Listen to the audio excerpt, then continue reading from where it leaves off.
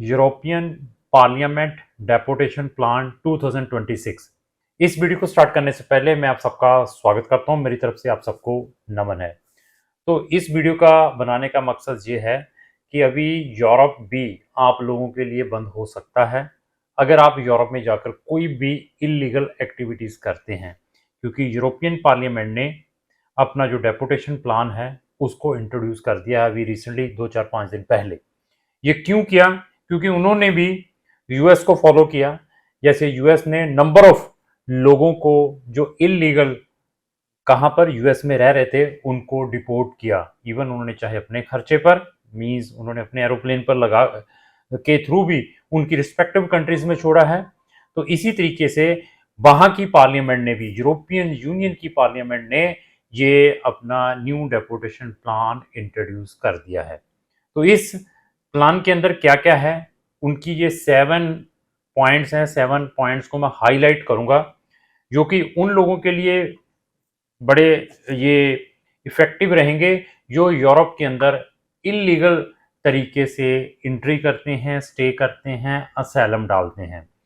तो अगर आप मेरे चैनल पर जाएंगे तो मेरी बहुत सारी वीडियोस हैं असाइलम सीकर से रिलेटेड, कि हमारे लोग किस टाइप की गलतियां करते हैं और हमारी कंट्री जो है वो एक सेफ जोन में है, इंडिया। तो हमारे लोग भी वहां जाकर जब अपने डिफरेंट टाइप के असाइलम्स डालते हैं, डिफरेंट टाइप की ग्राउंड्स डालते हैं कि मुझे अपनी कंट्री के अंदर थ्रेट्स हैं या व्हाट्सएवर हैं, तो यूरोप को भी ये सारा पता चल चुका है।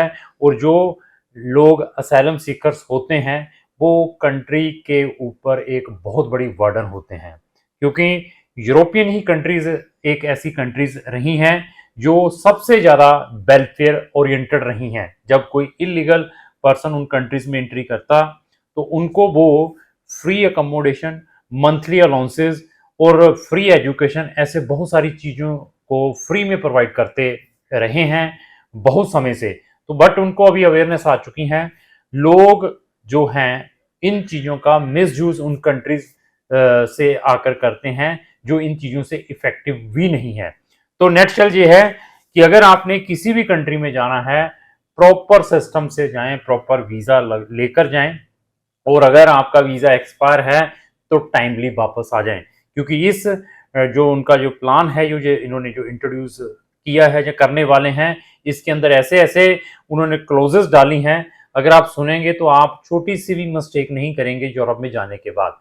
और अभी आने वाली जो मेरी अपनी प्रजम्पशंस हैं, आने वाले टाइम में जो लोग कहाँ पर हैं यूरोप में इलीगल घूम रहे हैं, तो उनकी काफ़ी ज़्यादा डेपोटेशन आने वाले टाइम में हो सकती हैं।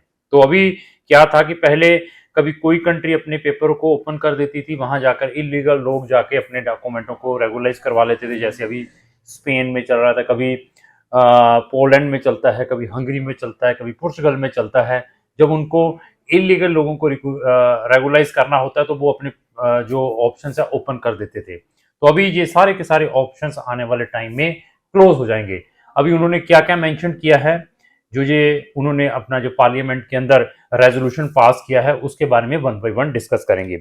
सबसे पहले उन्होंने ऑफशोर डिटेंशन सेंटर्स, जिसको हम रिटर्न हब कहते हैं, क्या है कि कल अगर आप वहां पर इलीगल हैं, आप पकड़े जाते हैं, तो आपको इमीडिएटली जो उनके डिटेंशन सेंटर है वहां पर शिफ्ट किया जाएगा।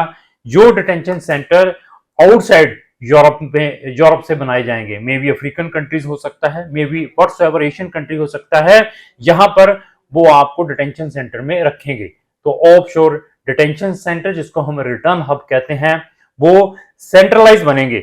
मींस अगर आप ऑस्ट्रिया से पकड़े गए तो आपको भी उसी सेंटर के अंदर भेजा जाएगा, आप हंगरी से पकड़ेंगे तो आपको भी उसी सेंटर में भेजा जाएगा। ये डिफरेंट डिफरेंट कंट्रीज में ऑफ शोर डिटेंशन सेंटर्स बनेंगे। तो कहीं से भी कोई पर्सन पकड़ा जाता है तो उन डिटेंशन सेंटर्स में उनको छोड़ा जाएगा। इसके बाद इजियर एंड फास्टर डेपोटेशन, क्या है कि अगर आप पकड़े गए, आप वहां पर इलीगल हैं, तो आपको इमीडिएटली डिपोर्ट किया जाएगा। पहले क्या था कि जब आप पकड़े जाते थे, आपके फिंगर ले लिए जाते थे, आप को 2-4 दिन रखने के बाद छोड़ देते, तो आप दूसरी कंट्री में बढ़ जाते थे। तो अभी ऐसे नहीं होगा। अगर आप पकड़े गए पकड़ने के बाद क्या है कि उन्होंने सारे के सारे आपके सिस्टम को फिंगरप्रिंट के ऊपर रखा हुआ है, आपकी आईज स्कैनिंग है, फिंगरप्रिंट है। आपने अगर यहाँ पर कोई क्राइम किया है, इलीगल है, पकड़ेंगे तो आपको इमीडिएटली डिटेंशन सेंटर या इमीडिएटली आपको डिपोर्ट करेंगे। फिर भी आप उनसे एस्कैप हो जाते हैं, बच के निकल जाते हैं, तो किसी और कंट्री में, यूरोप में पकड़े जाते हैं, तो इमीडिएटली आपके फिंगरप्रिंट के थ्रू आपका डाटा निकाला जाएगा और आपको इमीडिएटली डेपोर्ट किया जाएगा। मींस इन्होंने अपने सेंट्रलाइज सिस्टम को रख दिया है सारे के सारे, कि कहीं पर भी आपके फिंगर होने के बाद आपके डाटा को एक्सेस किया जाए और आपकी एक्टिविटीज को चेक किया जाए कि आपका क्या स्टेटस है यूरोप के अंदर। इसके बाद longer detention up to 2 years। अभी क्या है कि पहले आप वहां जाते थे, पकड़े जाते तो आपको डिटेंशन सेंटर में 2 दिन, 3 दिन, 2 हफ्ते या 1 महीना या 2 महीने रखा जाता था। लेकिन अगर आप कल पकड़े जाते हैं, आपको अगर डिटेंशन सेंटर में ले जाते हैं तो आपको डिटेंशन सेंटर में अप टू 2 years रखा जाएगा, जो कि डिटेंशन सेंटर ऑफशोर होंगे, आउटसाइड यूरोप होंगे। तो ये भी एक उसके अंदर क्लोज है। स्ट्रॉन्ग इन्फोर्समेंट अक्रॉस यूरोप, तो उन्होंने अपने इन्फोर्समेंट को भी काफी स्ट्रॉन्ग किया है। मींस सारी इस चीजों को उन्होंने सर्विलियंस कर दिया है कि अगर आप कहीं पर भी पकड़े जाते हैं, इलीगल हैं, वहां पर आपके फिंगरप्रिंट, आपके आई स्कैनिंग के थ्रू आपको इमीडिएटली आपके डाटा को एक्सेस करने के बाद आपके ऊपर एक्शन लिया जाएगा कि आपको करना, आपके ऊपर क्या किया जाए। इसके बाद लाइफ टाइम एंट्री बैन और क्रिमिनल सैंक्शंस। अभी क्या है कि जब आप इलीगल एक्टिविटी करते पकड़े जाते हैं, वहां पर ओवरस्टे हैं, आपने कुछ ऐसी इलीगल एक्टिविटीज की हैं, आपको डेपोटेशन ऑर्डर होने वाले हैं, उसके बाद आपके क्राइम को देखने के बाद मे बी वो आपको लाइफ टाइम यूरोप में बैन कर सकते हैं। ये भी आपने अपने माइंड में लेकर चलना है। बट ग्रेविटी ऑफ ऑफेंस को चेक किया जाएगा कि आपको कितने टाइम के लिए यूरोप में बैन किया जाए। लेकिन इस क्लोज के अंदर उन्होंने इंट्रोड्यूस कर दिया है, ग्रेविटी ऑफ ऑफेंस को चेक करने के बाद मे बी वो आपको लाइफ टाइम यूरोप में एंट्री बैन कर सकते हैं। आप कभी यूरोप जा ही नहीं पाएंगे और आपके ऊपर क्रिमिनल सैंक्शंस लग सकती हैं। और इसके अंदर उन्होंने पेनल्टी फॉर नॉन कंप्लायंस। अभी penalty for non compliance means ये है कि आपको उन्होंने डेपोटेशन ऑर्डर दे दिए हैं कि आप अपनी कंट्रीज वापस चले जाएं, लेकिन आप फिर भी नहीं जाते और आप फिर पकड़े जाते हैं।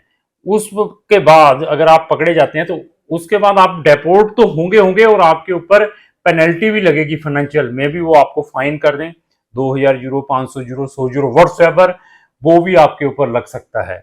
और इसके अलावा थर्ड कंट्री डेपोटेशन, तो ऐसा है कि आपको उस कंट्री में भी डिपोर्ट किया जा सकता है जहां पर आपने कभी लाइफ में विजिट ही ना की हो। ऐसे भी क्लोजेस इस रेजोल्यूशन के अंदर पास की हैं। तो नेटशल यही है कि अभी अगर आप यूरोप में जा रहे हैं, आइदर पढ़ने के लिए, आइदर वर्क परमिट पर, आइदर फैमिली रियूनियन, या आप विजिटर वीजा पर, तो वहां के जो भी लॉ एंड ऑर्डर है उनको स्ट्रिक्टली फॉलो करें। नहीं तो ये आने वाले टाइम पर इसका जो इम्पैक्ट है आपकी लाइफ को खराब कर सकता है। तो ऐसी बहुत सारी इंफॉर्मेटिव वीडियोस मैं ऑलवेज अपने चैनल पर डालता रहता हूं और हम भी बच्चों को हायर स्टडीज के लिए फॉरेन कंट्रीज में भेजते हैं और ऑलवेज बच्चों को एक्सप्लेन किया जाता है उनके कंसिक्वेंसेस के बारे में कि जाने के बाद क्या प्रिकॉशंस लेने हैं। तो अगर आपने फॉरेन में किसी भी कंट्री में पढ़ने के लिए जाना है तो हमारे दिए गए नंबरों पर संपर्क कर सकते हो। लास्ट में मेरी यही रिक्वेस्ट है, अगर आपको जो मेरी वीडियो अच्छी लगी उसको लाइक एंड शेयर करना ना भूलें। Thank you.